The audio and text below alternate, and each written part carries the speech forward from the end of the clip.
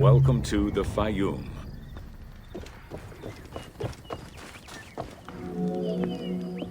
The Faiyum Oasis is an enormous basin in the western desert that formed from the Nile's overflow. As such, it is not considered a true oasis, though it gives its name to the region, which covers Lake Morris. The oasis harbors some of the oldest archaeological artifacts of the region, indicating that the area has been inhabited by hunters and gatherers since the Neolithic period.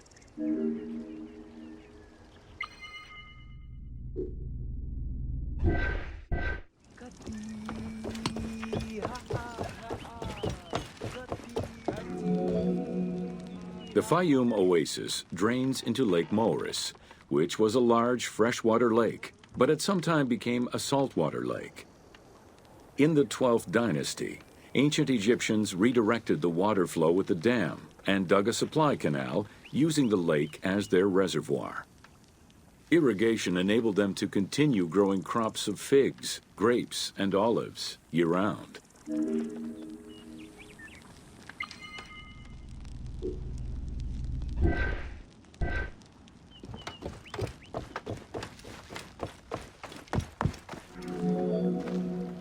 Reed boats, feluccas, triremes, and kerkeros were the most commonly found craft within the landlocked waters of Egypt.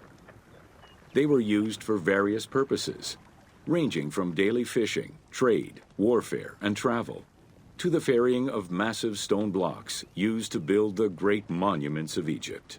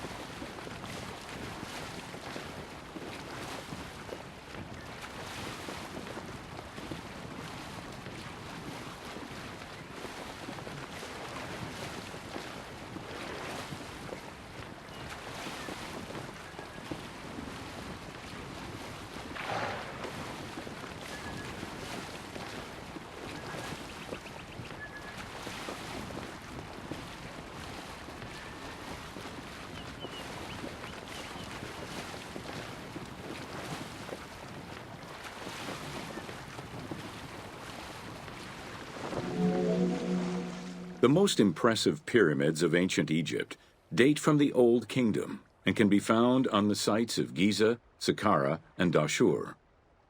However, one particularly famous pyramid of the time is located elsewhere. During the Middle Kingdom, some pharaohs chose the Faiyum as their final resting place. One such ruler was Amenemhat III. His pyramid left a mark on the imagination of antique chroniclers. They referred to it as the Labyrinth, mostly due to the vast mortuary temple complex at the foot of the pyramid.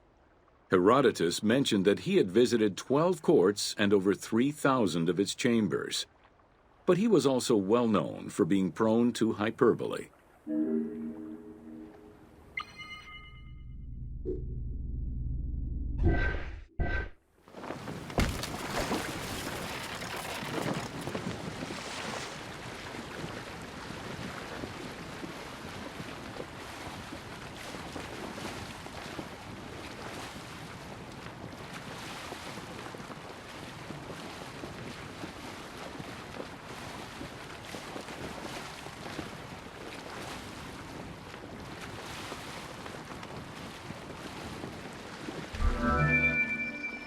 Amenemhat's pyramid was built with a brick core and covered with stone slabs, designed to be impenetrable. The burial chamber, made out of a single block of sandstone, is unique in its design. Richard Lepsius and Flinders Petrie both explored the pyramid site, measuring 385 meters by 158 meters, and identified it as the location of the labyrinth.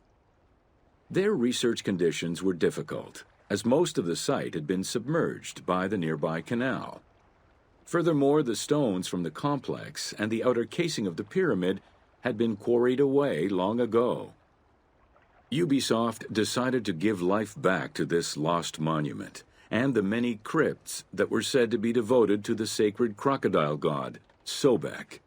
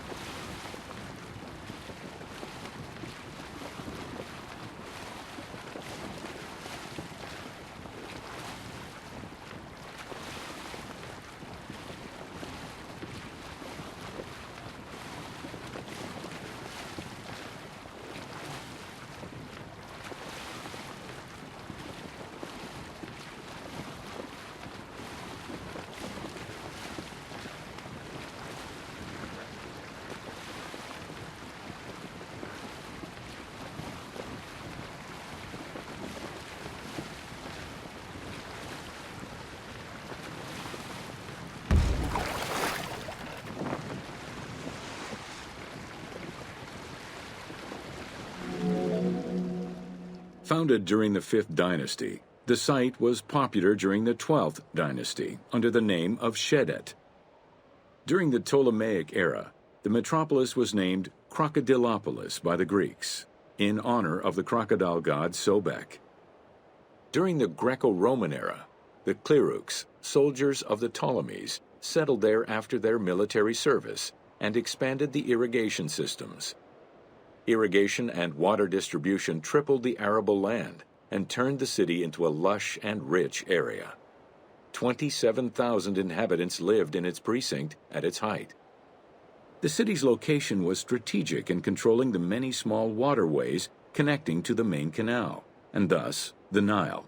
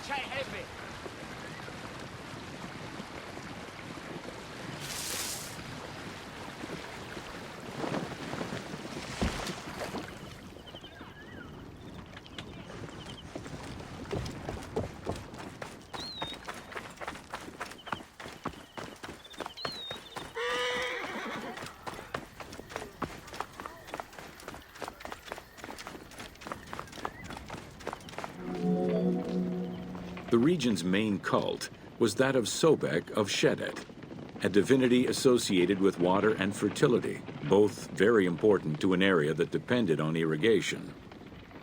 Many local villages had the title Town of Sobek added to their official designations.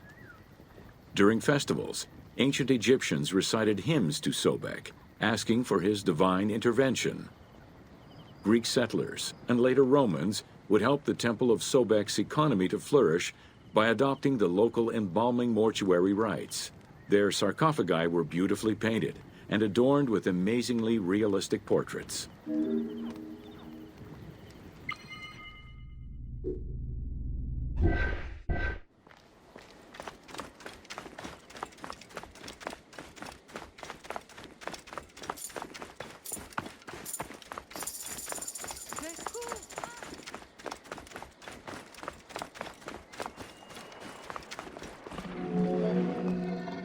Very similar to the cult of the Apis bull in Memphis, a living crocodile was worshipped within the precinct of Crocodilopolis's main temple.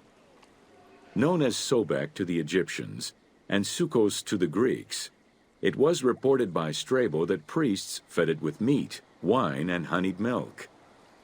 They covered its body with jewels and gold. After its death, It was embalmed and placed within the crocodile's grotto, alongside thousands of other mummified crocodiles.